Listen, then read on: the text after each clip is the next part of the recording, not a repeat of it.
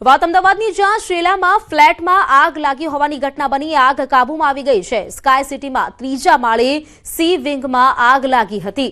302 નંબરના મકાનમાં આગ લાગી હતી। ફાયર બ્રિગેડની 10 ગાડીઓ ઘટના સ્થળે પહોંચી હતી। ઘરમાં લાકડાનો સામાન હોવાથી આગ વધુ પ્રસરી હતી।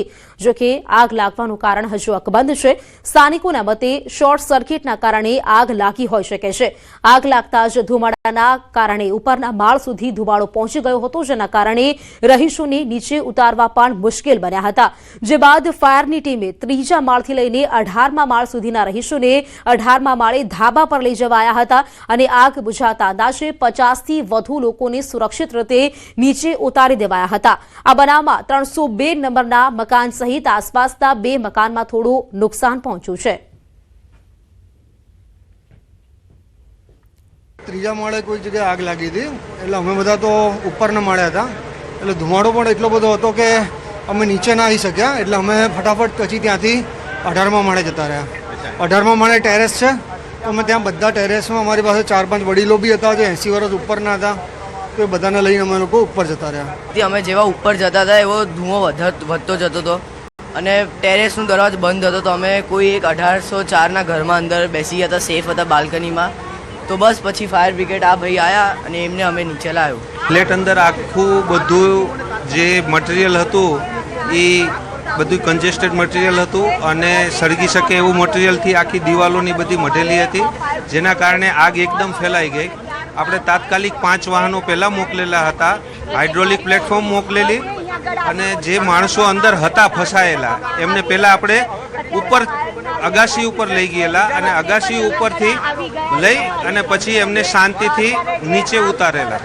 અમદાવાદના શેલા વિસ્તારમાં આવેલ સ્કાય સિટીમાં આગ લાગવાનો બનાવ બન્યો હતો। આપ જોઈ શકો છો દ્રશ્યની અંદર સ્કાય સિટીમાં એક બિલ્ડિંગ હતી કે જેના ત્રીજા માળે આ આગ લાગવાનો બનાવ બન્યો હતો। જો કે આગ એટલી ભયંકર હતી કે જોતાની અંદર આગળના ઉપરના જે 4 માળ છે તેની અંદર પણ પ્રસરાઈ ચૂકી હતી અને તરત જે સ્થાનિક લોકો દ્વારા ફાયર બ્રિગેડને જાણ કરવામાં આવી હતી અને ફાયર બ્રિગેડનો મોટો કાફલો છે તે ઘટના સ્થળ પર પહોંચ્યો હતો। લગભગ 14 જેટલી ગાડીઓ છે તે તાત્કાલિક ઘટના સ્થળ પર પહોંચી હતી અને આગ પર કાબૂ મેળવવા માટેના તમામ પ્રયત્નો શરૂ કર્યા હતા। આપ જોઈ શકો છો હજી પણ જે ધુમાડા છે તે ચાલુ છે, એટલે હજી પણ ફાયર બ્રિગેડ દ્વારા પાણીમારો કરવામાં આવી રહ્યો છે, કારણ કે જે પ્રકારે આગનું સ્વરૂપ હતું લગભગ 4 માળ સુધી આ આગ છે તે પ્રસરાઈ ચૂકી હતી અને સવારના સમયે જ્યારે આગ લાગવાનો બનાવ બન્યો હતો ત્યારે સ્થાનિકોમાં પણ ભારે ભયનો માહોલ ફેલાઈ ગયો હતો।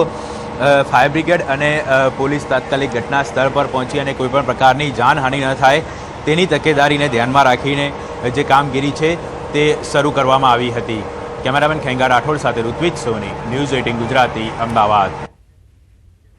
તો બાંગ્લાદેશના ઢાકામાં મોટો અકસ્માત સર્જાયો છે। બસ નદીમાં પડી હોવાની ઘટના સામે આવી છે, જેમાં 16 લોકોના મોત થઈ ગયા છે। રાજબારીના દૌલતડિયા ફેરી ટર્મિનલ પર આશરે 50 મુસાફરોને લઈને જતી એક પેસેન્જર બસ કાબુ ગુમાવીને પદ્મ નદીમાં પડી ગઈ હતી।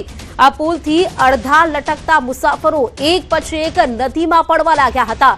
ઢાકા જતી બસ ફેરીમાં ચડવાનો પ્રયાસ કરી રહી હતી ને ત્યારે તે એક નાના ફેરી પોન્ટૂન સાથે અથડાઈ ગઈ હતી, જેના કારણે આ બસ 30 ફૂટ ઊંડી નદીમાં પલટી ગઈ હતી। પ્રત્યક્ષદર્શીઓના જણાવ્યા અનુસાર દ્રશ્ય એટલું ભયાનક હતું કે બસ એક જ ક્ષણમાં પાણીમાં ગાયબ થઈ ગઈ હતી। તો બાંગ્લાદેશની આ ઘટના છે, જેનો વિડીયો છે તે હાલ સામે આવ્યો છે। આપ જોઈ શકો છો કે આખી બસ પાણીમાં કેવી રીતે ખાબકી ગઈ છે। આ બસ નદીમાં ખાબકી, જેમાં 16 લોકોના મોત થઈ ગયા છે। બસમાં લગભગ 50 જેટલા પ્રવાસીઓ સવાર હતા અને આ બસ જઈ રહી હતી તે દરમિયાન તે નદીમાં ખાબકી હોવાની આ ઘટના છે તે સામે આવી છે। તેનો આ જે વિડીયો છે તે પણ હાલ સોશિયલ મીડિયા પર વાયરલ થઈ રહ્યો છે। જે પ્રકારે ત્યાં જે લોકો હાજર રહ્યા હતા, પ્રત્યક્ષદર્શીઓ કહી રહ્યા છે કે આ જે વિડીયો છે, આ દ્રશ્ય છે તે એટલું ભયાનક હતું કે બસ એક જ ક્ષણમાં પાણીમાં ગાયબ થઈ ગઈ।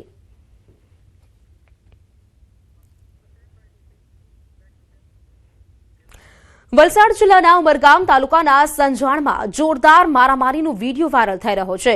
સોશિયલ મીડિયા પર વાયરલ થઈ રહેલો આ વિડીયો સંજાણના શ્રમજીવી વિસ્તારનો હોવાનું મનાઈ રહ્યું છે.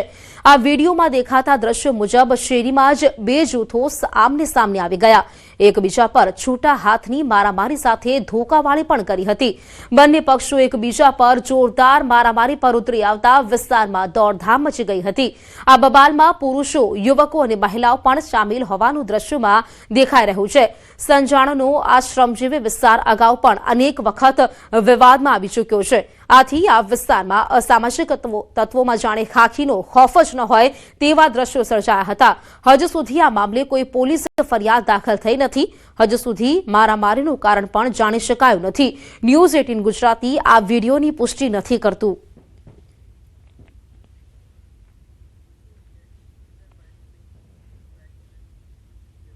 રાજકોટના ધોરાજીમાં ભૂમિ પ્લાસ્ટિક વિસ્તારમાં રહેતા પરિવાર પર જીવલેણ હુમલો કરવામાં આવ્યો. 10 થી 15 શખ્સોએ માતા પુત્ર પર હુમલો કર્યો. મંજુબેન મકવાણા અને તેમના પુત્ર વિપુલ મકવાણા પર હુમલાખોરોએ છરી, ધોકા, પાઇપ અને પાવડા જેવા હથિયારો વડે હુમલો કર્યો હતો. બંને ઇજાગ્રસ્તોને તાત્કાલિક સારવાર માટે હોસ્પિટલ ખસેડવામાં આવ્યા છે. પરિવારજનોનું કહેવું છે કે તેઓ પુત્રવધૂને લેવા જતા સાસરી પક્ષના લોકોએ તેમના પર હુમલો કર્યો હતો. અગાઉ પણ પુત્રવધૂના પરિવારજનોએ હુમલો કર્યો હોવાનો વિપુલ મકવાણાએ આક્ષેપ કર્યો છે. પોલીસે ઘટનાની નોંધ લઈને વધુ તપાસ હાથ ધરી છે.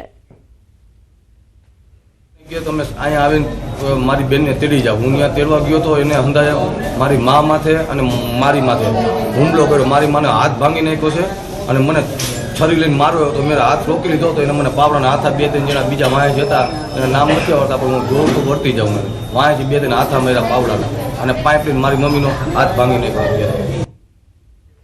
તો સુરત શહેર પોલીસને લાંબા સમયથી ફરાર રહેલા રીઢા આરોપીને પકડી પાડવામાં મોટી સફળતા મળી છે. જેમાં 26 વર્ષથી ફરાર અને ટોપ 16 ઇનામી આરોપીને મહારાષ્ટ્રના સાંગલીના જંગલ વિસ્તારમાંથી ઝડપી પાડવામાં આવ્યો છે.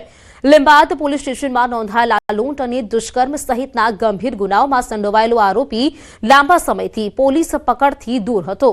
ટેકનિકલ સર્વેલન્સ અને બાતમીના આધારે પોલીસની ટીમે 5 દિવસ સુધી જંગલ વિસ્તારમાં વોચ રાખીને અંતે તેને ઝડપી પાડ્યો હતો.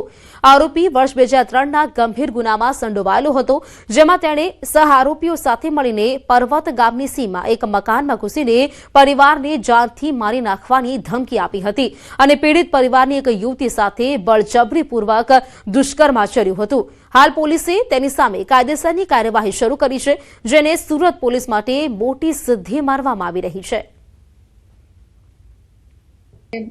લીંબાયત પોલીસ સ્ટેશન અને ડિસ્ટાફનું જે અમારી ટીમ છે એ હ્યુમન સોર્સિસથી અને ટેકનિકલ સર્વેલન્સથી અમે એને ટ્રેક કર્યો હતો.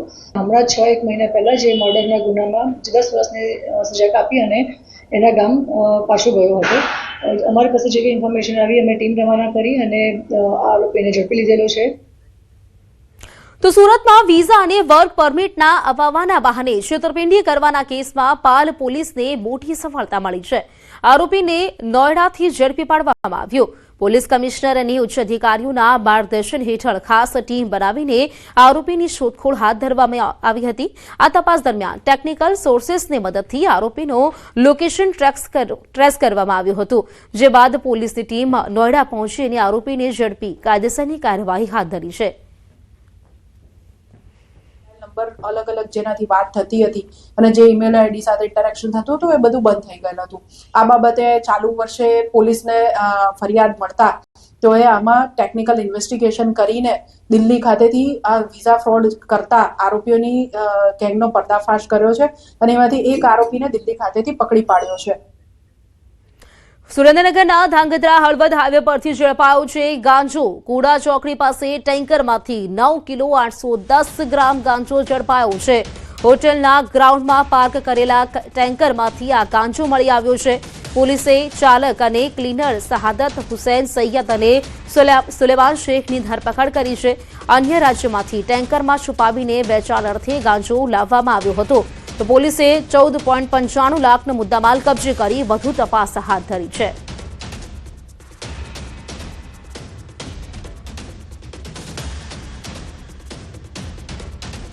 ડિગ્રી એન્જિનિયરિંગ અને ફાર્મસીમાં પ્રવેશ માટે અગત્યની ગુજકેટ પરીક્ષા આગામી 29મી માર્ચે યોજાવાની છે, જેના માટે શિક્ષણ બોર્ડ દ્વારા સુવ્યવસ્થિત એક્શન પ્લાન તૈયાર કરવામાં આવ્યો છે. ધોરણ 12 સાયન્સના 1.25 લાખથી વધુ વિદ્યાર્થીઓ આ પરીક્ષા આપશે, જેમાં અમદાવાદ શહેરના 11,754 અને ગ્રામ્ય વિસ્તારના 6,352 વિદ્યાર્થીઓ સામેલ છે. પરીક્ષા માટે શહેરમાં 59 અને ગ્રામ્યમાં 30 બિલ્ડિંગમાં કેન્દ્રો બનાવવામાં આવ્યા છે, જ્યારે ડીઈઓ ઓફિસમાં 24 કલાક કંટ્રોલ રૂમ કાર્યરત રહેશે. ગરમીને ધ્યાનમાં રાખીને પીવાના પાણીની પૂરતી વ્યવસ્થા કરવા માટે સૂચના આપવામાં આવી છે, તેમજ આરોગ્ય ટીમો પણ તમામ કેન્દ્રો પર હાજર રહેશે. ગુજરાત બોર્ડની ગાઈડલાઈન મુજબ પરીક્ષાની તમામ તૈયારીઓ પૂર્ણ કરવામાં આવી છે. 11,754 જેટલા વિદ્યાર્થીઓ પરીક્ષા આપવાના છે, ત્યારે 29 તારીખે તમામ બિલ્ડિંગમાં કેન્દ્ર સંચાલકોની મિટિંગ પૂર્ણ કરી તેમની તાલીમો જે છે એ લેવામાં આવેલી છે. સાથે સાથે તમામ બિલ્ડિંગો પર સ્ટાફની પણ ટ્રેનિંગ આપી દેવામાં આવેલી છે. જે ગુજકેટની પરીક્ષા આપે છે તેવા તમામ વિદ્યાર્થીઓને પરીક્ષા પહેલાં સેન્ટર પસંદગીથી લઈને ક્યાંક કોઈ એમને કોઈ તકલીફ પડે તો તેને લઈને અમે અહીંયા અમારો કંટ્રોલ રૂમ સ્ટાર્ટ કરી દીધો છે.